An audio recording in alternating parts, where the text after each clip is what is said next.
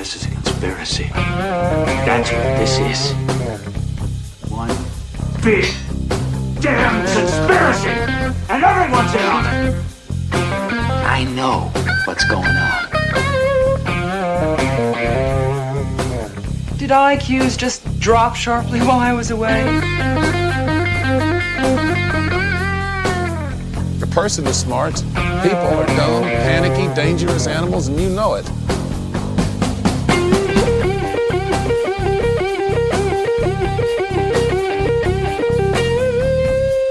Did you see the memo about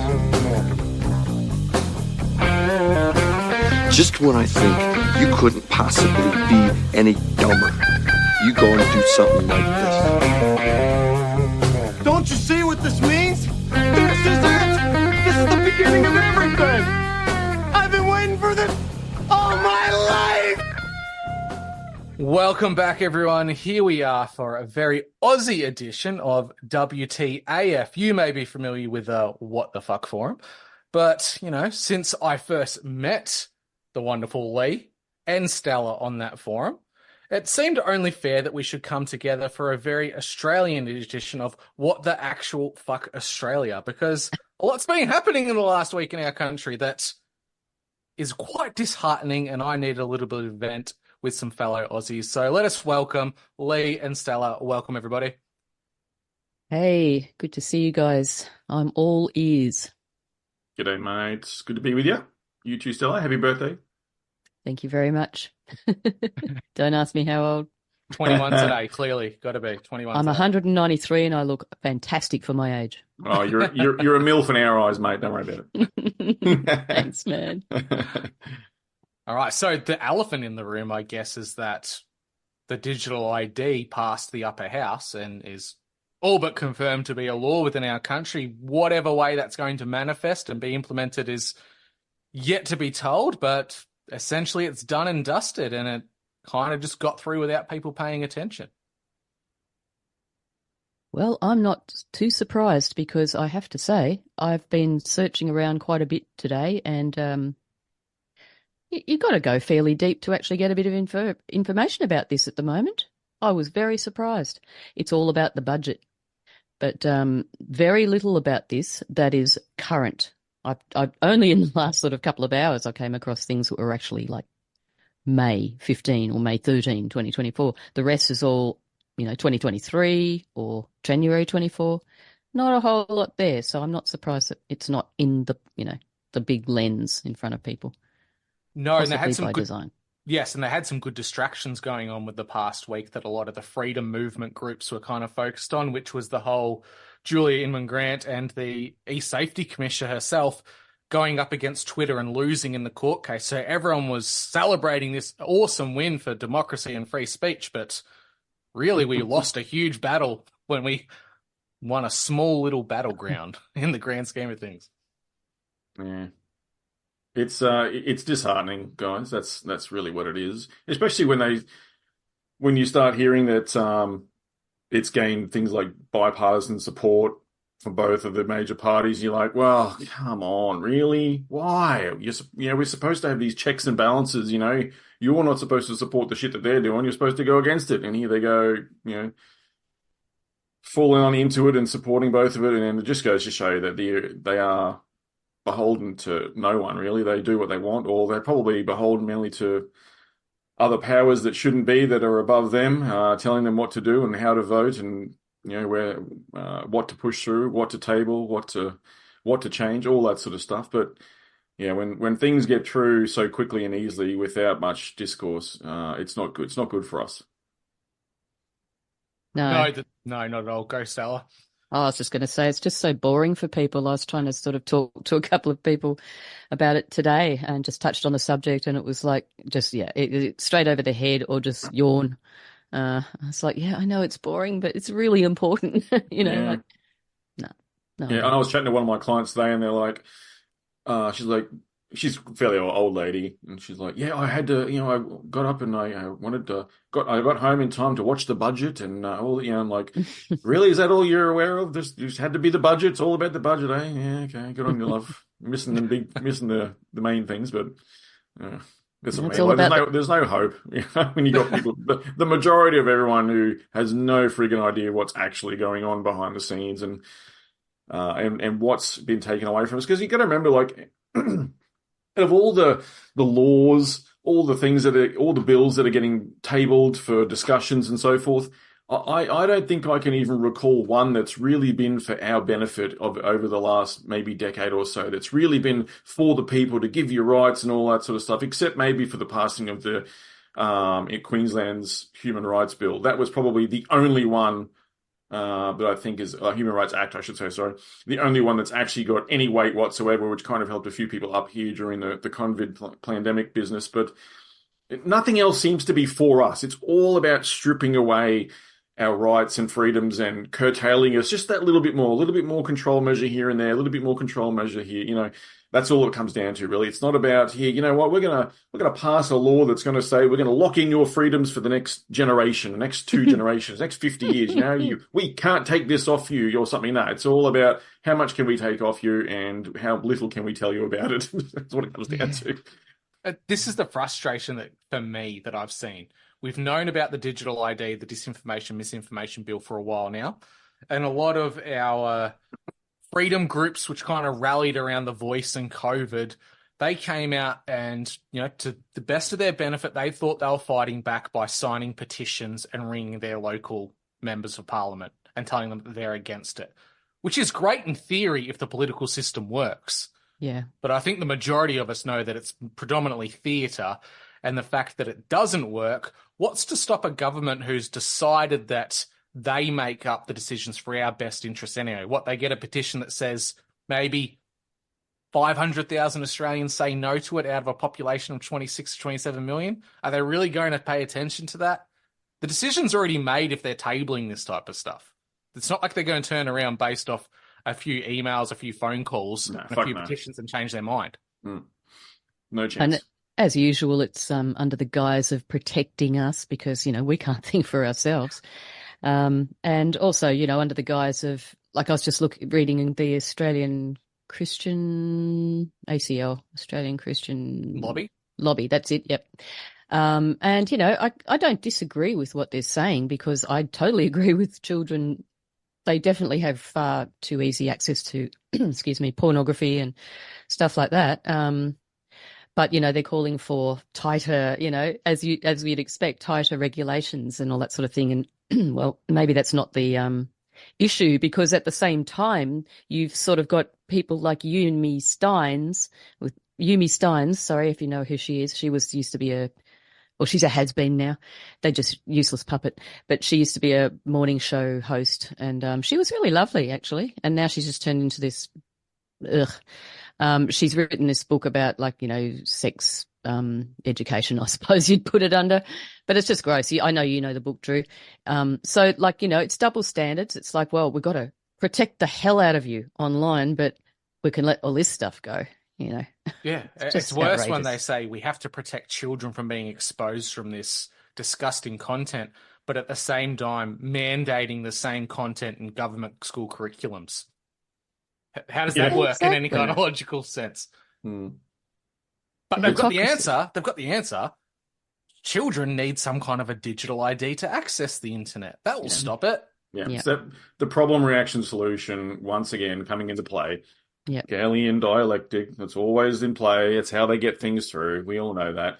I mean, always hiding behind children and animals and old people too. Yeah. So pathetic. I mean, you got to remember, like the US, they had a digital identity bill which passed through to their Senate, and that was back in 2023 as well too. So they're almost on the verge of having that. Like, actually, I'm not even sure if it did get passed at all. Like, I have to double check that one, but. And that was, you know, like I said, that was back in 12 months ago, over 12 months ago now, April last year, that went into the Senate over there. So we're just, of course, copying what the States is doing. It's all part and parcel of the narrative, really. It's all about, like I said, it's just this tiptoe. Lockstep. Yeah, the lockstep. Exactly. That's what it is. But we're just tiptoeing towards all the little chess pieces are getting moved into place. And before we know it, we're going to wake up one morning and, you know, you got to sign on with your digital ID in order to, you know, chat to Stella on Telegram, and you know what I mean? Like, Yeah. it's ridiculous. It's so it's unbelievable. I mean, I don't know if VPNs are going to get us around this at all. I haven't really looked into that. No, you don't think so? No way. No. No, they'll probably put a target on your back more than anything else. The American Restrict Act, which is at a part of what you just mentioned, Lee, they specifically mention that if Americans are using VPNs to skirt this type of legislation over there, that makes them liable for prison time. Yeah. So I dare say we'd see something similar here. And they've got the powers to probably check on that shit too. Yeah. Yeah. Well, they can. It doesn't matter anyway. VPNs aren't as secure as people think they are. They can get around all this stuff. It's just rerouting internet traffic is what it's doing. It's just telling your server, your host server, that you're coming in from another country. That's all it's doing. It's not really protecting you. It's just hiding your location to your to IP a degree. address. Yeah. Yeah. That's right. So yeah, that went through to America last year. Same thing happened here because it was first introduced to the public in June last year, and I mean they had 2,265 public submissions. So there's a little bit of hope. How many of us are there? 28 million or something. 2,265 public. Yeah. Anyway, there's some hope. It's the forward projecting. It's like that incrementalism, like we've said, the tiptoe to tyranny. But it's almost like a Venn diagram is slowly moving towards, and it's going to form a technocracy because you've got the digital ID on one side, you've got disinformation, misinformation, which essentially gives the government, anyone in power, the ability to wield what the truth is. Those coalesce into one point where anything you say on the internet, if it goes against the established facts, air quote, of the government, they can pinpoint who you are through your digital ID, have a knock on the door from the local police. You're in all kinds of trouble. I have a third one that comes in. This could be God knows what else. It could be like we've seen 18C in Victoria around hate speech. It could be that combined with maybe anti-Semitism laws that I can see coming very quickly into this country. Like Victoria's got some pretty harsh ones. What happens at a national level because the Palestine-Gaza conflict is being so pumped into the media and we're seeing all these things on university campuses. This is also another problem reaction solution, Hegelian dialectic. They're making it look like it's a big, massive issue so that they can put in place these laws that are for the protections of people that ultimately will take the rights away from everyone else. 100%. And they're using, that's what they do. In fact, I was looking up a term that I came across a few times today. Or have to in the past. Anyway, it's called hybrid warfare, right? So it's basically, I mean, what does this sound like to you? Hybrid warfare is a theory of military strategy, which employs political warfare and blends conventional warfare, irregular warfare, and cyber warfare with other influencing methods such as fake news, diplomacy, lawfare, regime change, and foreign electoral intervention. By combining kinetic operations with subversive efforts, the aggressor intends to avoid attribution and retribution. So it's like they put the bait out, they throw the burley out to the crowd, like the uni students, for instance, get them to, fight the wars or the, Black Lives Matter, Antifa, whatever. They're all fighting the wars. And the people who are making it happen, they're just in the background, just not getting away with it all. We're watching it happen now, like with COVID. People are getting away with stuff. And it's like another word for this is gaslighting. That's all it is, gaslighting, propaganda. I mean, it's a psychological warfare. I was going to say, you hit the nail on the head because George Soros, his foundation is actively funding a lot of the pro-Palestine protesters in the United States. Mm-hmm. And what's being spoken about over there now is a reaction that anyone that engages in anti-Semitism towards Israel in those types of protests, those people should be shipped over to the conflict. Mm-hmm. That sounds just like a stepping stone into national conscription again. It's like putting the mechanisms in play to send off government dissidents or people who go against the narrative and send them off to foreign lands to die. It's almost like the USSR's approach to pulling out people from the gulags and sending them to the front lines. Yeah. That's scary as hell. Drew, can I ask, have you talked much recently about like the digital ID in terms of, why they're bringing it in and all that sort of stuff? Have you broken it down for the listeners to sort of?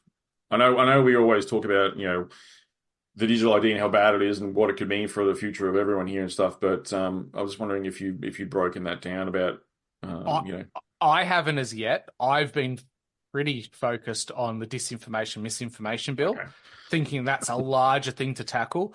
But like hindsight's an absolute bastard. That's looking at it. It's all the pieces that come together. And I think digital ID is just as important. And it is for sure. For me, I definitely didn't give it as enough attention as I thought it would, because I honestly didn't think it would go through so quickly out of the blue. And what annoys me more really is the fact that, I mean, they've tried this in the past. Do you remember I don't know if you're old enough to remember the Australia card when they tried to push this through? Yeah. Delaware has that one. Heard of it? Yeah. So that was the version of a national ID back then. You know what I mean? And it got quashed. Like, it was like, what are you doing? Like, this is stupid. Like, we don't want this. No one wanted it. And it got gone, shelved. No one, never to be seen again. Until now, of course, the digital age comes, and now it's all about, we need more security and stuff. So, I mean, just for the listeners, for yours and for everyone who listens to this podcast and stuff. So I'll just read a little bit here. So, obviously, is it Gallagher? Katie Gallagher's the one that's sort of behind it. Yeah. So verifying your identity is something we all have. Yeah, that witch is something we all have to do fairly regularly, but it soon could look very different under a new voluntary national digital ID. Just like mandates. Of course. Very voluntary. Yeah. So that's how it starts. It's here. You don't have to use it until we tell you have to use it. Or you don't have to use it unless you want to be able to pay your phone bill, your mortgage, your taxes. Well, it's going to be Medicare. It'll be basically the companies around that we all use. Like, if you want to go and get a new phone plan or something, you've got to go in, produce your ID and all that sort of stuff. And you give them a bill, you give them your driver's license or a passport. You know what I mean? So you give them the points worth of identification, right?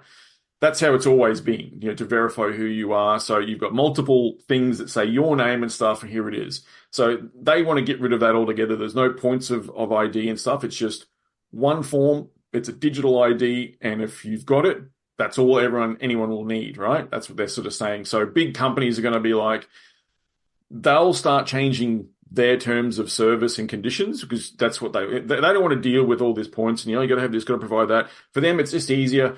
Do a digital ID scan or whatever, and bang, there it is. You're in. You know what I mean? Like, it's all it's verified. Convenient. It's so convenient. That's that C word again. Sell you on the convenience, correct? So that's what their end of it is all about, right?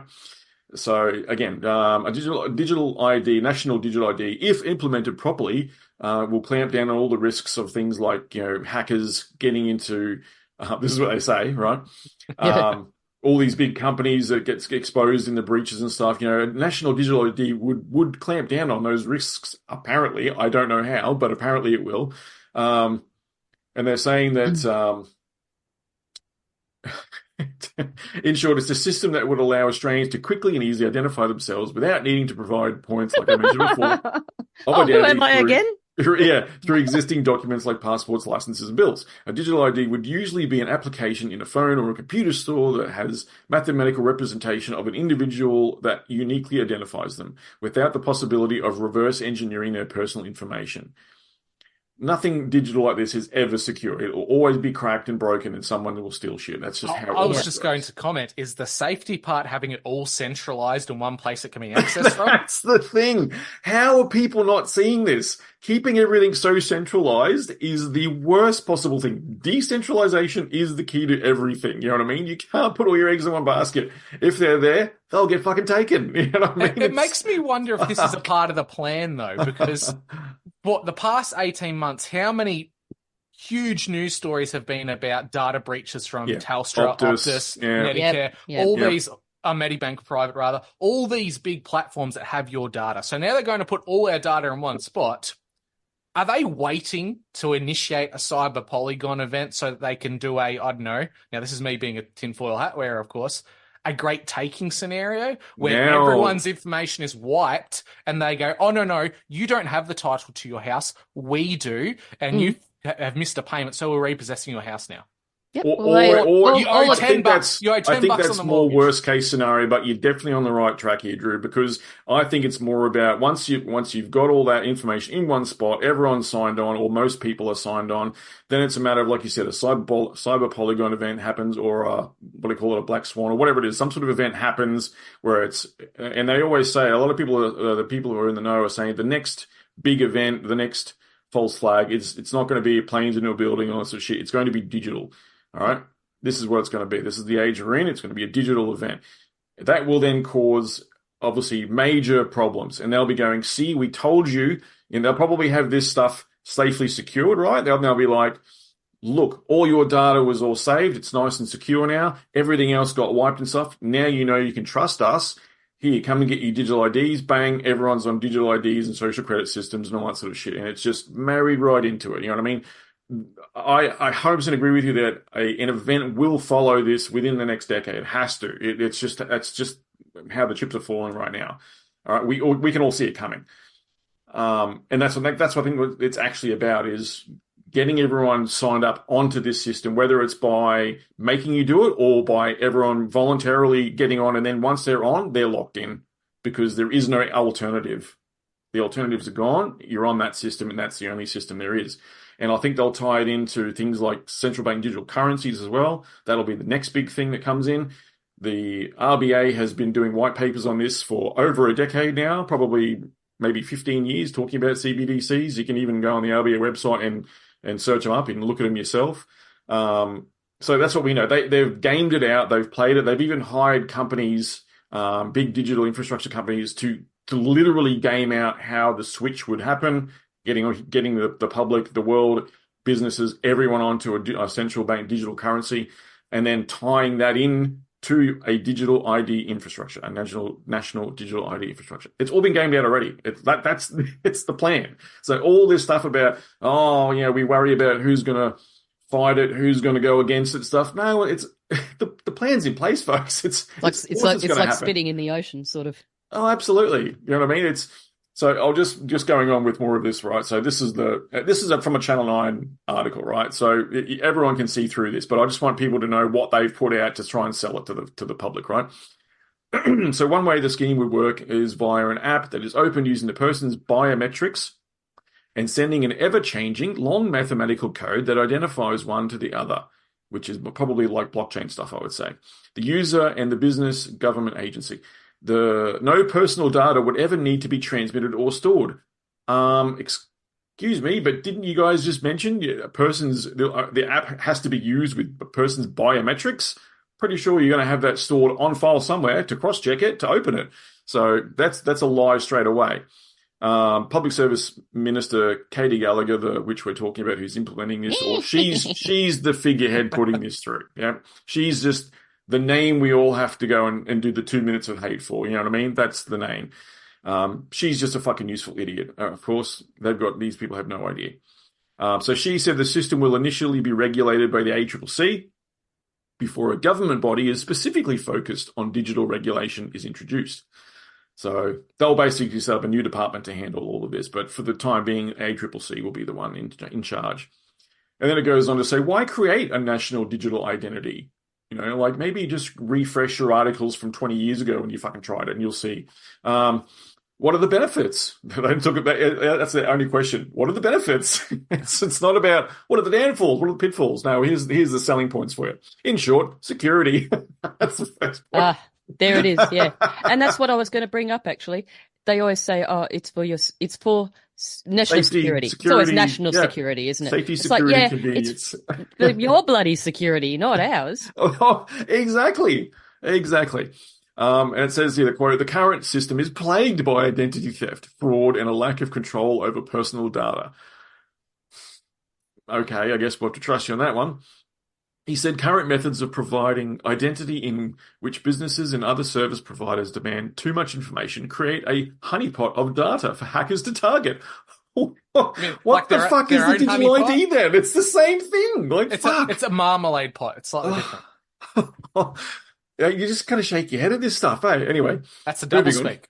It is 100% true. It's the doublespeak, the Orwellian doublespeak, right there in the article. Currently, when a business requires only proof of age, they ask for much more, such as an address and copying your physical driver's license, he said. This oversharing is an unnecessary privacy breach and dangerous regarding identity fraud and even physical security. Why risk divulging your address to unknown parties who don't need it for their business transaction being undertaken?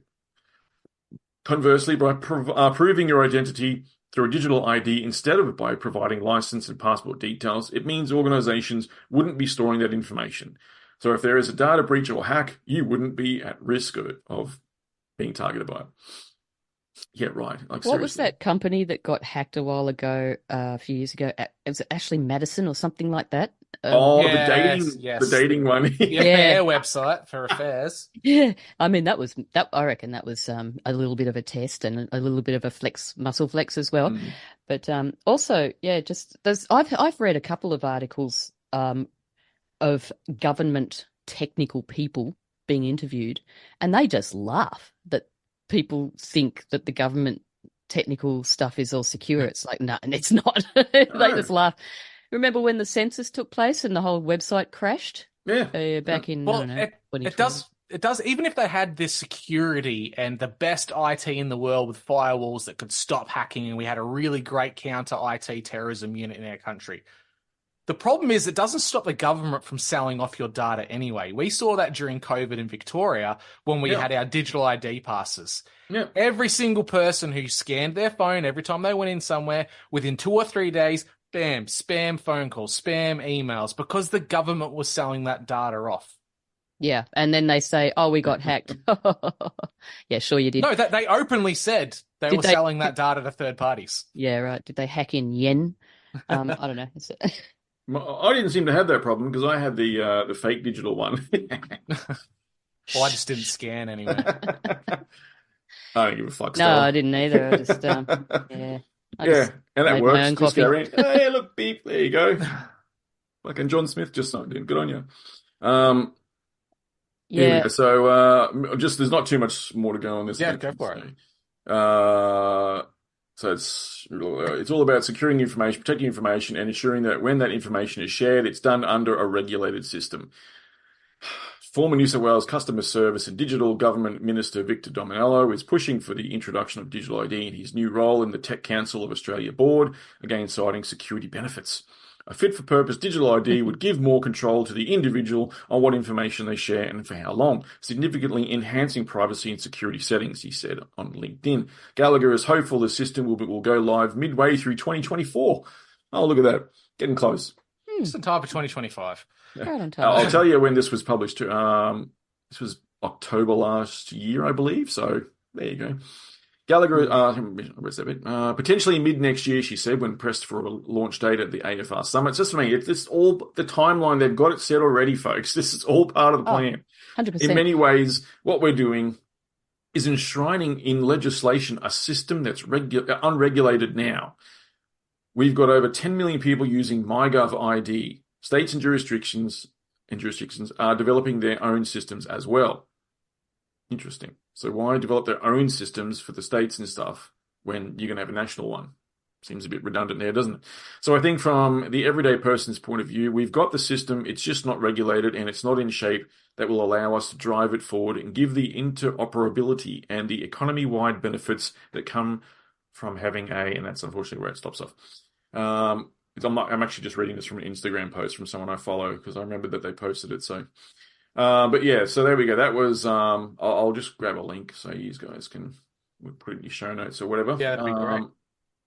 Yeah, you mentioned quite astutely Zoom chat earlier that what I went to was a worst case scenario. I really like doing that. I like going to the nuclear option first so that I can dissect it and move backwards to see what the next coming steps are. Most of the time they're as clear as day anyway, but I like doing that. Now, not everyone's going to share this view, but I am a Christian and I share this view. The fact that this digital ID is going to be linked to biometrics, throw into that a situation where, God forbid, physical cash disappears and we are all in a digital playing field for money. Does a biometric that is attached to your ID that limits your buying and selling of goods and services not at all sound like the mark of the beast? Oh, 100%. Absolutely. Yeah, well, more than anything else, Yeah, even though there's been a few we candidates. carry the hasn't mark of the beast in our pocket every day, don't we? Yeah, Quite but possibly. that doesn't prevent you from selling or buying just yet. I think that's the it? Not yet. Well, the it kiddie almost pool did that's during getting us COVID, didn't ready. it? It Yeah, almost wow. did. They tried it. Yep. Yeah, and if you didn't Close. have their digital ID, their digital sign-in shit, oh, I'm sorry, can't come in, you know. That was just the testing ground to see how they could pull that shit off. Yeah. It was the kiddie pool getting us used Conditioning. to it. See Yep. which big corporations will get on board. Oh, we've got them. Yeah, they'll push it. No worries. Good, they're on board. Yeah. It's Yeah. full Can I just get a bit woo-woo for a moment? Love it. Go on. there. Only because it's your birthday. So this disinformation thing, it's sort of been based on an original voluntary disinformation code, which was the original code was apparently the original version was February 22nd, 2021. And then the version was updated from the original to reflect the improvements by a bunch of people called Digi. I've looked into them a little bit, but I won't get sidetracked. Which was made to the code's governance. That was on October the 11th, 2021. And then the latest version of the Australian Code of Practice of the Disinformation, Misinformation, which was updated on December 22nd, 2022, to reflect the outcome of the code, blah, blah, blah. I know these dates mean something to these people because there are so many things. I mean, Kennedy, what was he, 22nd of the 11th? The list could go on. I'm sure people who are listening to this don't need to be reminded, but there's definitely some 22s and 11 things. And just half an hour ago, completely unrelated to this, I had a really interesting conversation with my mum, and it was about the 22nd. Anyway, I'll keep it short. It was the 22nd was the date, and it was like, oh, there it is again. So I just have no doubt that, again, it's just another facet of it. They make these things come out on certain dates. It's symbolic somehow, or maybe powerful. I don't know. Anyway, I'll put the tinfoil hat back in the corner now. That's okay, because it doesn't matter if it's completely hogwash and it's not real. They believe it's real. They have an affinity for these numbers and they think they're getting something out of it. And that's something that people should question, why they seem to have these numbers that pop up all the time. And general symbols too. And colours as well is another one. Ollie Damagard, I've mentioned him earlier in the he's good at breaking feed. that sort of stuff down. Yeah, lots of codes and things. But anyway, I mean, it's just another facet of it. It's spiritual warfare, so there's going to be spiritual elements in it. Oh, mate, you should go back and look at a lot of the old Jordan Maxwell stuff. He was all over that back in like the 90s. Very familiar. Yeah. Love Unfortunately, Jordan. he passed away, but yeah. He did. But here's this, right? So India's national digital ID system may have its critics among those who opposed the digitization of people's identities, but it has received praise from Bill Gates as one of the country's innovations that are changing the world. There's another article there. Bill Gates praises India's sweeping digital ID system as a model for other nations. And look at that. It's just the whole world is pushing forward with this. This is what I mean. You get China's already got it. India's basically now got it. America's had it pushing through. We're going to get it. UK or the EU will get it. Like, it's lockstep. You said it before, Stella. It's just lockstep. Everyone is following the plan. That's the plan. That's the narrative. Follow it to a T. Yep. Well, this is the thing. Fozzie, a previous guest on this show, he brought up the India digital ID, and it's like well over 70% of the population have willingly gone into it and started using it. And that's a country that is poverty-stricken by huge amounts in areas. Sure, it has its high number of the wealthy, but the average Indian person has signed up to that for the convenience of it. Yeah. And it's the convenience that kills, essentially. Look at like our food industry. People don't grow their food anymore because you can either buy a prepared meal or you can get the ingredients yourself. It's the convenience that slowly kills you. The food industry is completely poisoned when it comes to mass-produced food. It's like nothing else. It's like everything else, rather. The convenience that it offers us has a payment for it. And it's not just what we're paying financially. We're paying for it in other ways. Oh, absolutely. It's like, I was saying this the other day on WTAF, when the washing machine came along. It's like then people were complaining about having to, put the clothes on the line or put the clothes into the dryer or, put the dishes into the dishwasher. It's like there's always, it's okay. We'll get a robot to do the dishes into the dishwasher for you. Is that okay? It's like, well, then you can have more time to go and do what? Waste on something else. It's like, it's pretty silly. Convenience, yeah. Convenience kills. And it's always the carrot. Always. And with this, the digital ID as well, was back in March. Malcolm Roberts from One Nation. He did a he put up a little post saying list of senators who voted for and against having a proper debate on the digital ID. So he's naming and shaming all the people that he goes, I want to have a debate. I'm going to table this to say we need to have a big debate in the Senate about this, who's for the debate or not. And it was actually split 33 to 33, funnily enough, for the for and against. Yeah, there's the numbers there for you again. There we go. Duality. But basically, because it didn't have enough yeses, it didn't happen, so it was still a no, basically. But he basically said, now digital ID will be rammed through the Senate tonight without a word of debate, thanks to Labor, Greens, and David Van. But yeah, there you go. Just funnily enough, at least there are some that would, yes, at least the names on this list were like, yes, let's have a debate about it, and some of them were, don't want it all together. Of course, Malcolm Roberts, Senator Antich, you got Rennick as well, who just don't want to have that, don't want it in. They're well aware of what's going on. They know what the people actually want, but there's I think Babbitt was on there too far and few between. We really don't have a representative government whatsoever. The majority of them, once they're in, and I kind of liken these people to, for my local footy club, during presentation day, we've got the local member will come down and, he'll present trophies for the kids and things, and do his little wave and stuff. And he's a nobody, like he's just local council member and stuff. But they get up there and, they apply to be in these local councils because they probably were on the debate team in school, or maybe they did have some bright-eyed, bushy, feelings about let's change things, let's help locally, and community-based and lots of stuff. And then they start trickling on through to the next phase. Become more of an MP, And it's, I'm going to go for the Senate, and And by the time they're in that part, they're entrenched, and the system has them. There's no coming back. They're gone. They've sold their souls out. So they just can't be trusted, these people. I just don't think that system, unless the entire system changes, it will never change. What's your take then on the libertarian movement? I think people have woken up and gotten wise to the idea that it's a uniparty. Most of the time, our right-wing and our left-wing politicians actually see eye to eye on a lot of things. The right-wing might instill a policy like digital ID or disinformation bill. They create the thought idea of it, but the left will run with it and push it into place. A lot of people now seem to think that the libertarian movement that's kind of sprung up in Australia because of what's happening in America, we tend to know that America exports its culture.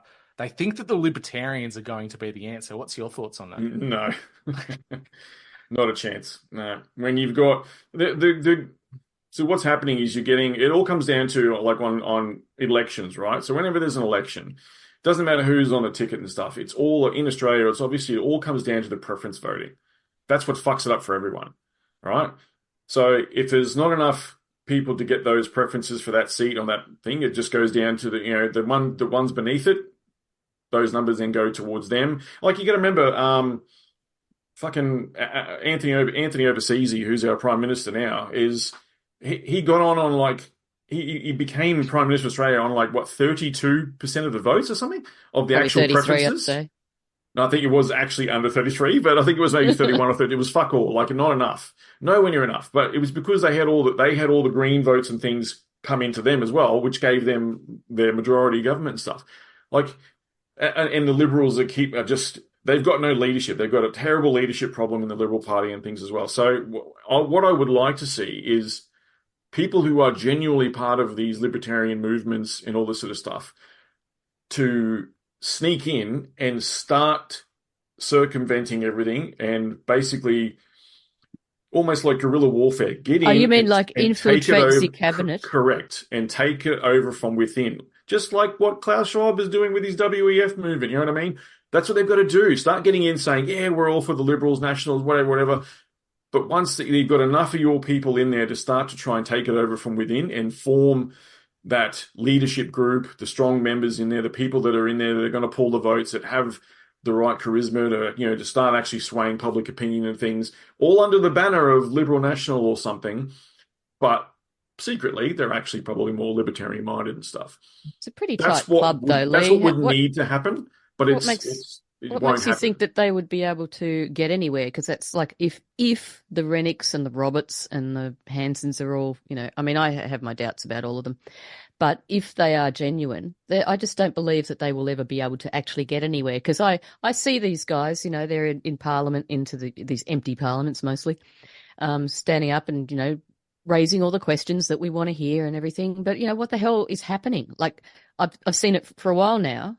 And there's always this, oh, yes, we'll take that on notice. Oh, yeah, we'll take that on notice. And it's the boys' club sort of thing situation. But that's the issue there. They've got a big problem of, it's almost like grassroots kind of community people that are actually focused on the right things, that donate the time and all that sort of stuff. These people who, and I think even One Nation's got a big problem with this. There's the three or four of them that actually have pull and power in the party, and anyone else who donates their time and effort and money to help them out, they get pushed aside. Yeah, exactly. They've got a problem with they don't foster development. That's their problem. There's no fostering the development of these future people and more numbers to come in. It's I'm in charge and what I say goes. You know what I mean? That's their problem. Money. It's ego as well. Ego is a big part of this thing. Are the minor parties in themselves just honeypots to pull votes away? It is, to make and that's what's happening. UAP and all this sort of stuff, they're dragging votes away. And unfortunately, the two-party system is not going anywhere. Maybe there might be a three, but the three, unfortunately, will probably be Greens, which we don't want. It's basically communist in disguise, same with Labor as well. Watermelons. Sorry? Watermelons, yeah. Green on the outside, red on the inside. Yeah, exactly. Funnily enough, though, the actual colours of communists were actually green, by the way, too. But that's the problem is, they've got this major leadership crisis in these parties and no one's there big enough, strong enough, popular enough, with enough charisma to actually start leading these parties in the opposite direction. You know what I mean? Yes, there's always the two sides of the same coin, all that sort of stuff. But without actually, there's some actual checks and balances, to actually have someone who's more community minded, thinking about who they are as a representative of the people, and not listening to what people actually want and saying, this may not be what I want, but my constituents don't want this, so it's my duty to then say we're against it. You know what I mean? Or whatever it might be. That no one's got the balls to do that anymore because ego. You're right, Stella. Money is a big thing as well. You know what I mean? Once they're in and they're entrenched, they love the life. These people who are our representatives and MPs and senators and stuff, they love the life that they've got. They've got money rolling in. They've got income security and superannuation for all this sort of stuff. It's all here. Have all the benefits. You know what I mean? And I'm glad they've changed the law now where they get paid forever after they leave. That's now changed. But a lot of the ones that are it has. At least in Queensland anyway. I don't know if it's a statewide or a federal thing, to be honest, actually, but I know it definitely has changed in Queensland. But anyone who was already in is getting that now. Any new ones coming in who get in there don't get it for life. They get it for 4 years or something. Oh, well, look, listen, and what do you think that does? That doesn't give much incentive, does it, either, for new people to sort of come through? Well, that's the other thing, another too. thing, yeah. But again, their incentive shouldn't be money, Stella. That's the thing. Their incentive should be, I want to change the world, I want to change things for the better. And unicorns should fart rainbows, too. It's funny, Stella, you mentioned Pauline Hanson and One Nation. It seems like she's not so much a One Nation person. She doesn't put Australia first. Because she was in Parliament today with the Israeli flag draped around her neck. Yeah, I saw that picture. Yeah, I thought it was a fake, actually, and then somebody showed another one. And so I haven't looked into it. Not to mention she's a humble fish and chip owner who's now a multi-millionaire. Yeah. But let me throw this out there. How do you know one of her aides or someone just didn't come and throw it on her as a joke and then bang, snap, gone? Yeah. She supports Israel, let's get her, who knows? We just don't know what the circumstances are. I think since we've realised... All we know is we've got that image of her with it. We don't know the circumstances around it. That's all I can say. I think since we've sort of realised how powerful AI is, I know I take Can't trust it mostly anything with a grain of salt now, because it really, most things kind of look fake to me. So Oh, mate, it's like, Stella, I'm convinced you're AI. yeah, well, I shouldn't talk. But, exactly. You can't I trust can anything. pinch myself. I know I'm real. And if I don't know who I am, I'll just ask the government. Yeah, they'll tell you your ID. Just double check your digital ID still. Yeah. Who am I again? Yeah, it's fucked. It is. There's a really good podcast that you should have a listen to as well. Stephen Tripp, and I can't remember the other guy's name. They do a show. They do two podcasts. It's a double actually. P, I think, from memory. It is, yeah. The Ex-Candidates is, I think, his show. Really good, actually. And my mate Adam from the Kraz Files podcast, he has him on every now and again to chat. But it was a really good show. They actually talked about the digital ID, missed this sort of stuff, and the crisis it is that the parties are going through right now and stuff. And it was really good. And from someone who's, he was actually a One Nation volunteer for a number of years back in the day, and he left because they just turf you out, basically. So he knows a lot of stuff that goes on behind the scenes. It's really clever, cool, intelligent guy too. Yeah. The Ex-Candidates is his podcast, but yeah, check him out. He lives in Sydney too, so he's not too far away from Adam, actually. They've got a DYRSL coming up or something too, where they're going to have a big meeting and talking to the public about stuff. So anyway, I like that. I like Adam Kraz. Yeah, he's a good bloke. Files. I've known him for a long time. So yeah, right. Yeah, back in the day of the Conspiracy Oz podcast with Mick Raven. Back in the day. Right. I had never discovered podcasts until 2020. Oh, that's right. Yeah, I remember you telling me that. Yeah. Yeah, that's good. All right. That was all I had to cover for the thing and the where we are in terms of the digital ID and all that sort of stuff, mate. But one thing I wanted to poke your brains about for the two of you then, get your comments on, was AstraZeneca being pulled globally now. Scapegoat. Yeah, is that your thoughts? Scapegoat, yeah. Scapegoat, 100%. Is that why so Moderna and Pfizer slide under the radar? Is that well, this has been the thing that AstraZeneca was one of the major vaccine options that early on in its rollout had reactions that the media were open about. There's been blood clots. In Australia, it was, I don't want anyone under the age of 30 taking this vaccine. Soon, it was kind of pulled from the market in Australia. Yeah, you tell us. I was someone who, because of my job and to keep a roof over my family, I had to take the vaccines, didn't want to. I chose what I thought was the lesser of the three evils, which was AstraZeneca. For my second shot, I was told I would have to take an mRNA, and I was actively blocked from taking AstraZeneca again until I forced the hand of it and got an exemption to take it. That I found a bit odd, that they were kind of funneling people into mRNA. Outside of that, you find out that Moderna and Pfizer have been talking with each other behind the scenes because they're in this initial rollout now of turning all traditional vaccines into mRNA technology. AstraZeneca is RNA, not mRNA. It's considered old tech.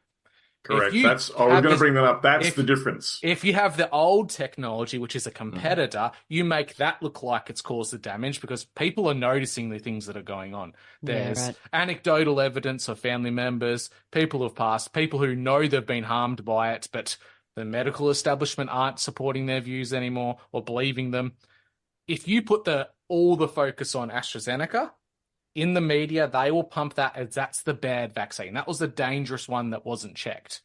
Gives a green light to mRNA. Gives a green light to Pfizer and Moderna. Gives them a green light to change all the vaccines to mRNA. Yeah. Because it has a proven track record. That's right. Majority of people in this country will not realize that if you're getting a flu shot, 80% of those mRNA now. And they're not even being told about it. They think it's a traditional DNA-based vaccine. They're getting mRNA and they don't know. Yep. Yeah. Yep. Wow. Yep. That was my the understanding. bait and switch is what it was. Big time. Yeah, I think the AstraZeneca that was discontinued, I believe that was sort of like the first one, but they've still got other ones. Johnson & Johnson got pulled as well, didn't it? Yeah. Yeah. But they've still got it's, just the first version of the AstraZeneca. I believe that was the case. So it's not like AstraZeneca is going to disappear.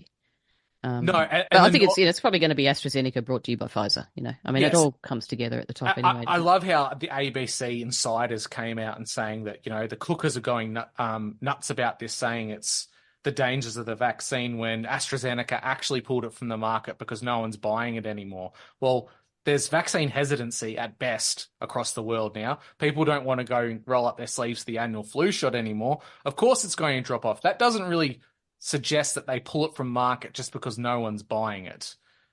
Clearly, it's that bait and switch we've just spoken about where they're pulling a big one from the market so it redirects everyone to the competitors, air quotes, when really it's all bought and sold by the same nefarious groups anyway. 100%. And, on one hand, like I thought it's almost 50-50 split. Some people are saying, it's because it was because of all the side effects. And the other people are saying, no, it's because it was not economically viable anymore. So it's like, well, which is it? Which one is it? So this is always the case, isn't it? It's just so hard to pinpoint something, to actually put your thumb on something and go, there it is. It's just this whole world of blurry, it's like blowing glitter and trying to catch it. It's just the truth is out there somewhere. It's just so hard to get, which is the whole point. I mean, that's the whole point, isn't it? That's the bloody hybrid warfare. I found it ironic, somewhat on a tangent. I heard on the radio this morning that Ozempic has hit a study that it actually reduces heart attacks by something like 3 to 5% in people who take it for their lives, and it's a good thing. Well, what's the issue for the rise in heart disease all of a sudden? Like, it was steadily increasing because of our Western diets. Yes, I'll agree on that fact. But there was a huge, huge increase because of COVID. Or the lockdowns, rather. Not so much the disease itself, but the fact that people were locked up and were not moving for 3 years and had certain things injected into their bodies, which definitely can't be the cause of any of that. Not at all. So who makes Ozempic? I'm just looking it up. Is that our friends? Our Pfizer friends? Or? It'd probably be someone who walks hand in hand with them, I would suggest. Oh, yeah. It's like they're like the Black Rock of medicine. I was going to say it's the 3 degrees of Black Rock. Who probably own Pfizer anyway. Yeah. Well, did this surprise anyone that it was AstraZeneca would come out like this when Australia had done it more than 12 months ago? Did anyone think that it would be a global thing at this point? The withdrawal? Yeah. Did anyone think that would actually occur, or was the idea that they just get away with it and keep moving on? Well, I'm yet to have that conversation with someone who I know who's had at least the AZ one. But I'd like to, I'd like to ask them, which one did you get again? Oh, did you get AstraZeneca? Yeah, it's been pulled globally. What? I want that reaction. I think the fact that it is so public. I think the fact that it is so public and global probably says a lot. No one knows. If they didn't want you to know, that would be pulled quietly, wouldn't it? I would argue the most of the media. Like I don't think they're talking about this on the 6 o'clock news. I think this is just going by in articles we see circulated in social media because we're tapped into this sort of stuff, and it's in our groups. Well, they're talking about it on Sunrise and Sky News and stuff. Yeah, they're talking about it on pretty mainstream platforms, which makes me think it's that bait and switch. It's look over here. Well, mRNA is going everywhere else. I do tend to protect myself from watching those programs, so I try not to. Yeah. I have to know the psyche of the enemy, otherwise I'm not sure. Know thy enemy. I just read the online stuff, unfortunately, the little TikToks and things. Not that I'm on TikTok, but what I also like to check with people is, because I remember reading a lot of the info actually came out about the AstraZeneca when it was released, about the ingredients, what was in it, how it was made, all that sort of stuff. And I was back then, a couple of years ago, asking people about when they were talking about the jabs and stuff. It was on everyone's lips, everyone was talking about the jabs. And I used to ask the question, do you like GMOs? Do you like GMO food? Do you like GMOs? Do you think GMOs are good? And a lot of people are obviously, because of Monsanto and all that sort of stuff, they cottoned on and were like, yeah, GMOs are bad. We're going to have, all this sort of stuff. And so we're like, yeah, no, I don't prefer GMOs. No, I don't think that's a good idea. I don't really like GMOs. Did you know that your AstraZeneca vaccines actually contains genetically modified ingredients? You're like, oh, does it? Yeah, it does actually. Contains chimpanzee DNA as well. Did you know that? Oh, no, I didn't know that. No, you're injecting fucking foreign matter into your bloodstreams, morons. Like, fucking wake up. Anyway. I used to ask those. I asked those questions of a few normies, watching the reactions. Yeah, Wasn't there cells from an aborted fetus or something at some That's point? in all vaccines. that's in male and female All in of them. various vaccines. Yeah, Don't forget to remind them about that one. Yeah, well, the whole idea of genetically modified organisms are even within the DNA-based vaccines themselves. They're all using animal basis to replicate. So you're getting animal DNA at the best of times with traditional things. Monkey kidneys. And Turning all us sorts of into shit. bloody chimeras without us knowing. So Ozempic was made by a Danish drug maker, Novo Nordisk, just out of interest because I just followed that up. Yeah. So Which there you is go. a subsidiary of Pfizer. Yeah, exactly. Rookie got Pfizer. Yeah. They all. Yeah. So, yes, they're talking about the budget at the moment. That is the big thing. And I was going to say before, the reason that people are taking notice of that, I suppose, is because that's how they get people's attention. It's to do with the hip pocket. You know, everybody wants to know where their dollars I are got going. $300 to pay me power bill that's gone up 6 times. Yeah, right. That's totally going to cover it. Yeah. I saw this interesting video the other day where a guy was like, yeah, they'll tell you, oh, we're going to lower taxes by this amount, you know, like 6% on this particular thing. But what they're not telling you is that they already jacked it up, you know, a certain amount, or they're going to jack it up again. Like there's so many different things. Yeah, they're going to say this is good, we're giving you this, but we're going to screw you over here, and then that's going to attribute it anyway, and you're probably going to make less in the long run. But you're going to look like you're going to have some more money in your pocket and stuff. And It's just a version and words. We are literally in a cost of living crisis, and the simplest way to boil that down is energy. It's if you lower the energy prices, get the fuel back down, and they keep blaming, oh, it's because of the Ukraine war, and fuck, no, it's not. Like, we drill oil, we buy most of our oil from the Asians anyway. We don't get it from over there. Like, that's not Europe buys that oil. We don't get that oil. All of our oil from here comes from Southeast Asia. That's where it's all processed in, like, Singapore and stuff. So lowering energy prices is the big thing. Stop closing power plants, like, keep the coal-fired power plants open or make them cleaner, whatever you got to fucking do. Build some fucking thorium ones that aren't going to, radiate everyone, and have nuclear power with, that fusionable material that's not going to create waste. Like, it's been done. They're doing it in places like India and stuff now, where they're not, they're building these massive nuclear power plants that don't have nuclear waste, basically. Like, it's almost like clean nuclear. Like, we don't have any of that sort of stuff. And one of those could power the entire fucking state. Like, it's so much energy. And yet they're mowing down forest areas to put wind farms in that are useless, that you rely on diesel generators to fucking spin them. Like, it's so backwards. They're building giant batteries, right? One of my clients, he's in charge of that project up at Stanwell in Queensland somewhere. And just the government is just throwing money at it. Like, she was telling me, it's just ridiculous. Like, they just throw money at this because they're like, yeah, it's green. Throw money at it. That's the thing. Yeah, money for everything. Yet it'll store less energy and all this. Like, doesn't have the capability to actually power jack shit. When one coal-fired power plant will have like 20 times the amount of output it could have. You know what I mean? Like, and there's no, like, the redundancies aren't there and all that sort of stuff. It's so bad. So just cheapening energy, right? And the trickle-down effect from that, because that's what it stems from. Everything went up because the price of energy went through the roof. So transport prices went up, which means grocery prices went up, which means energy. Everything went up after this. It all stems from energy. If we have cheap, affordable energy, the cost of living naturally comes down. And it was low. Back when we had cheap energy, the cost of living was so cheap. Remember we were paying under $1 for fuel? You remember that? Do you remember those days? I still remember those days. I do. When it went over 3 figures, you're like, oh my God, it's a crisis. Well, my parents did anyway. Used to fill up. Yeah, you remember filling up for 90 odd cents a litre and stuff, you know what I mean? Like, it's doubled now, and everyone's feeling it. You know what I mean? This whole cost of living I particularly love the double speak that they do when it's about the green agenda, but we know the processes for mining these materials and then building them put out far more carbon emissions than what a coal-fired station does. They can never catch up for all of the offset of carbon that they think they're going to do. It will never catch up. The lifespan of those things cannot go for long enough. They cannot turn a wind turbine long enough to generate the same amount of energy that will use to offset went into building it. It will spin until it's broken apart, and it'll still never get enough. That's the big selling point. The big selling point for it was, one, it's clean. And two, the green investment in Australia will promote and create jobs.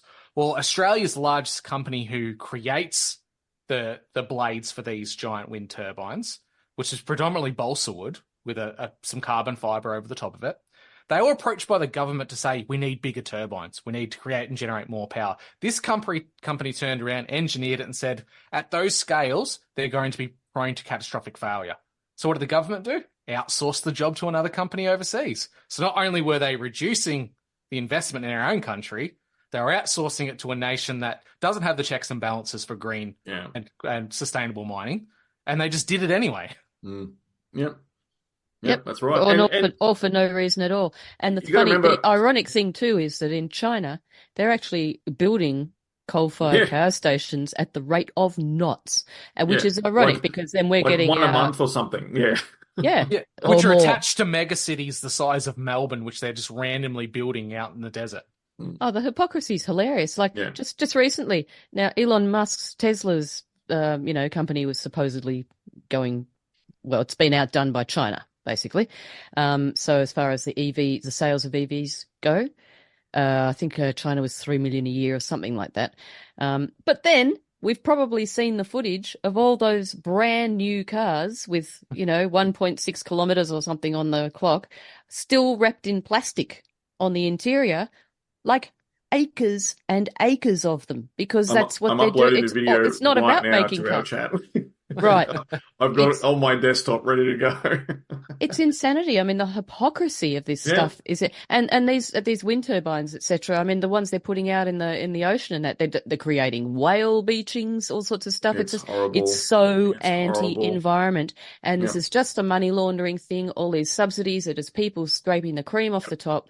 Investments going out to these companies that couldn't give a shit about Australia, and I just can't believe even my relatively short life, thank you very much, I've seen a huge amount of change. Like we've seen a huge amount of change. I can only imagine how my mother feels and how my grandmother, thank God she's not alive right now, but it was such a great country. It was so good, and it's just been so fucked. And you got to remember, Australia is like the second highest producer of natural gas in the world, second to Qatar, I think. I think we beat them.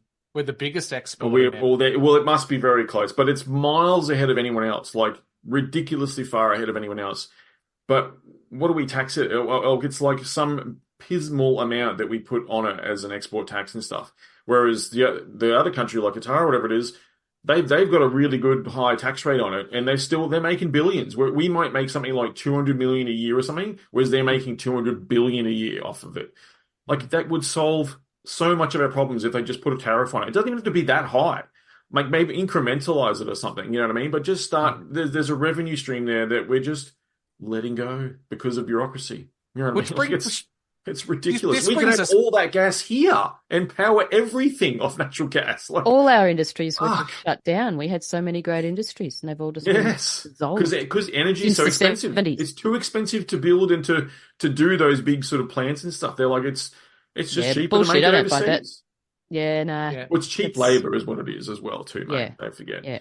When you're paying, you've got to pay someone here, $60,000 a year to build a car in a factory, whereas you can pay someone $6,000 a year to do it. This brings us back to the budget then. Like the budget that's presented by our current left-leaning Labor government, they present to us that we're, 9-odd billion in surplus, whereas all the major economists in the country are saying that can't possibly be correct.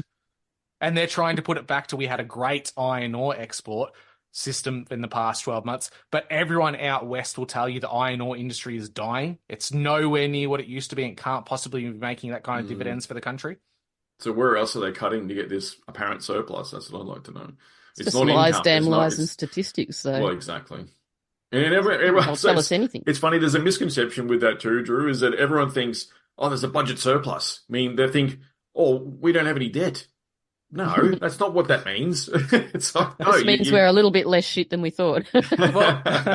Well, there's a little legal loophole that they use in this. So they count the infrastructure that they're currently building, its end cost of what it would be worth to the state as a part of that. Yeah. So let's say they've invested, I don't know, $2 billion to making a fast-speed rail around the country that they've always been talking about. They invest a measly $2 billion. They say at the end of its life, it's going to be worth annually $60 billion. They add that projected $60 billion to the budget, pretending like it's money we've got when it's all imaginary. Yeah. Oh, it's a bit like the banking system, isn't it? It's exactly like the banking system. You want to know how crazy it gets with that, right? If you go out to your footpath and you see a tree, right? So because the footpath is council property, it's government property, basically.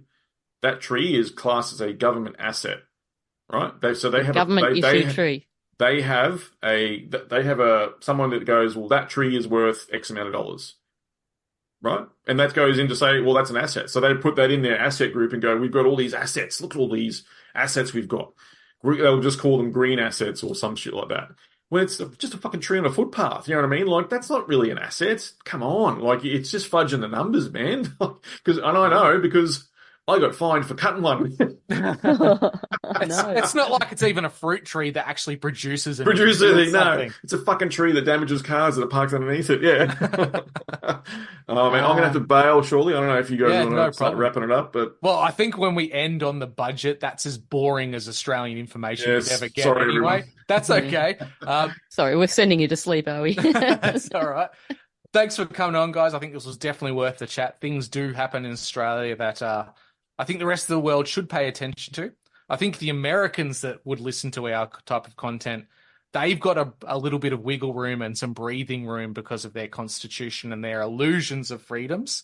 Whereas, you know, the proof is in the pudding of what can happen in Western democracies when this type of garbage just gets pushed through. And the most horrifying thing is that it's predetermined, and the dates that you gave earlier in this episode, that they were telling us the exact dates of when this would come into fruition. Mm-hmm. And it's on the internet for everyone to see. That stuff doesn't go away. It's predetermined. It's going to happen. If they say they're going to do it, it's going to bloody well happen. Mm. They might change the goalposts a little bit and push them further back, but the goalposts are still there. Yeah, that's the choice between Labor and Liberal. Liberals might make it take another 10 or 15 years, where Labor is going to make it happen tomorrow. Mm. It's a real difference in this country. Yeah. You know what I learned, and just sidebar here, but I didn't realize this, but I learned this the other day. Did you know that within, talking about the American Constitution, just maybe remember this, nothing to do with what we're talking about, but I just think you might find this interesting. Did you know that 100 miles from within the border of the US is classed as a constitutional free zone? So the entire state of Maine isn't under the American Constitution. Did you know that? Because it's right on the edge there on the ocean. But 100 from the border of the outside of their country, 100 miles in, that zone is classed as a unconstitutional zone. The Constitution does not exist in that zone apparently, and that's in their law. And people aren't even aware of this. Not even Americans even know this shit. But you can look that shit up. It's crazy. There's something along those lines with new parts of New England, isn't there? That it's considered the free state in regards to a lot of other. They don't have the certain taxes like the rest of the country does, but the taxes they do have are ridiculously high to cover that. Yeah, there's some funny shit going on over there. Yeah, they call it, what is it? They literally call them the Commonwealth, or no, what is it? I think it's Free State, isn't it? Free State of New Hampshire is one, I think. Yeah, New Hampshire's another one. Yeah, they've got these, and I think that's probably why they're passing laws like the anti-chemtrail law and stuff like this. It's happening in those sort of states, you know. Yeah, because chemtrails stop at the borders. Yeah, they got to turn the jets off as they fly over, and then turn them back on. It flies over one state, line, stops, line. Yeah. Okay, we're going to have to sue the wind. Yeah, that's right. Yeah, get on it blew into your state. We had no control over that. Yeah, crazy though, hey? Yeah, it's funny to look absolutely. up. Absolutely. Guys, let's go around the horn and let the listeners know where they can find our content. All right. Well, I'm generally just on WTF Forum, which is a podcast that I do with some American friends and sometimes Drew, and once with the General. That's on a Sunday night at 7 p.m. EST. That's America time.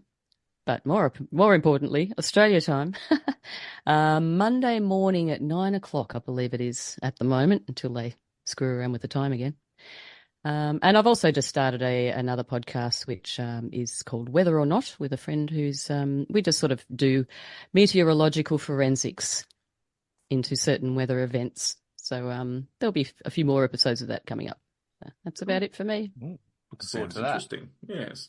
I'm over at the main area you can find me is over at realnewsaustralia.com. There's links to the podcast from there, but I do the general knowledge podcast pretty regularly, probably every fortnight, if not more, depending on who I can get on and stuff. But otherwise, realnewsaustralia.podbean.com is the main podcast there. But just head over to realnewsaustralia.com and you'll find the links to find me on all those places. No worries. If you're listening to me on Lee's podcast, General Knowledge Podcast, I am Drew Misson from Your Missing the Point podcast and Conspiracy Theatre 3000. So my regular little show where I talk about pretty much everything, these type of conversations, religion, politics, conspiracy, all the fun stuff, twice a week, and Conspiracy Theatre 3000 once a month with movie reviews. I like that one. It's fun, that one. Thank you. Yes, you are very multifaceted.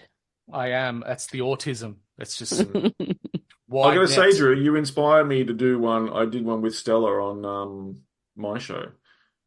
We did They Live. We did They Live with. Nice. I did that with Stella, and Andy was on for a bit too. Yeah, so I finally watched a movie. And you watched the most telling one. Congratulations. Yeah, that's a good one. So yeah, I look forward to doing some more. I'm just trying to find the time, but anyway, that's it. Well, thanks for coming on, guys. This was a great chat, and we will catch you all next time.